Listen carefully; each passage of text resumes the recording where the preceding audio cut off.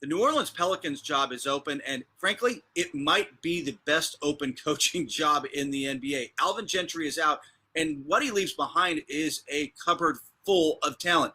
Zion Williamson, an all-star in Brandon Ingram, really nice veterans around that roster, a GM in David Griffin who knows how to build a winner. There's so much good stuff there. If you can get that job, there's a real chance to win big. Here's our top 5 names we've heard out there, names I've heard from sources.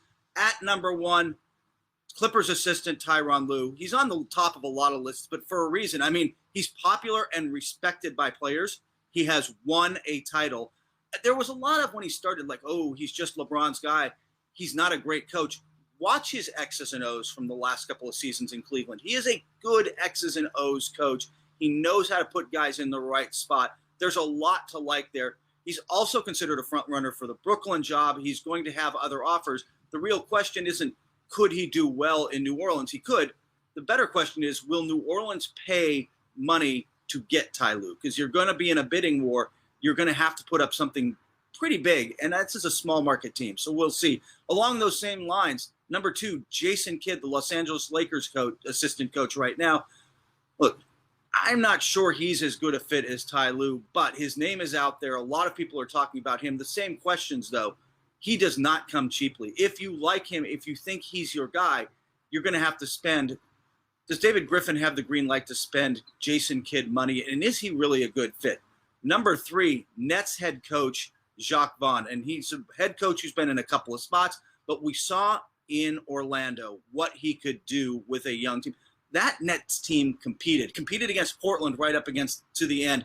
Remember, they lost like 6 regular rotation guys. They don't have their stars, yet they held on to the 7th seed. They competed all the way through. They're not just going to roll over in the playoffs. Jacques Vaughn did the kind of job that got noticed around the league. He could come in and really instill that in the Pelicans if they played like that, because the Pelicans didn't in Orlando. Look, they were flat. They were empty-eyed. They were just going through the motions. They did not play like the Nets, so go get the Nets coach and get that fire under them. Number 4. Now, this one's a little bit of a stretch, but it's out there. Current Rockets coach Mike D'Antoni. First off, he's a lame duck. He has no contract beyond this year. He will be available. They are going to make a coaching change in Houston after this season unless they make it to the finals. So, yeah, they're making a change in Houston this season. He would be an interesting fit. If you want to play up-tempo, if you want to be innovative, you couldn't get a better guy for this. He would fit what Zion Williamson wants to do. Now, is he a really good player development coach? I don't know. Are you going to spend the money to get him again? I don't know. But he's a really interesting fit, and a lot of people around the league are talking to him.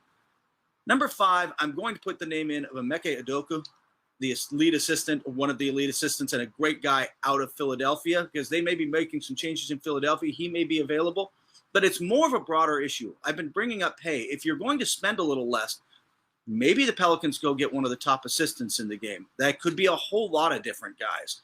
Udoka would be a good fit. He developed players. Chris Finch is on their roster, another guy who, look, if you don't want to make big changes, if you liked a lot of the X's and O's that were being run, just bring in the number 2 guy and see if he can change the culture a little bit. There are choices around the league, the Sam Cassells of the world, who could come in and fire this team up and cost a little bit less, which might be the direction the Pelicans go, or maybe they have the green light to spend and we're going to see a big name. It's going to be interesting to see what they do. Whoever they get, they just need somebody who can get through to Zion Williamson, develop his talent, get him to play hard and stay on the court every night, and do that. You got a chance to win big in this league if you take the Pelicans job.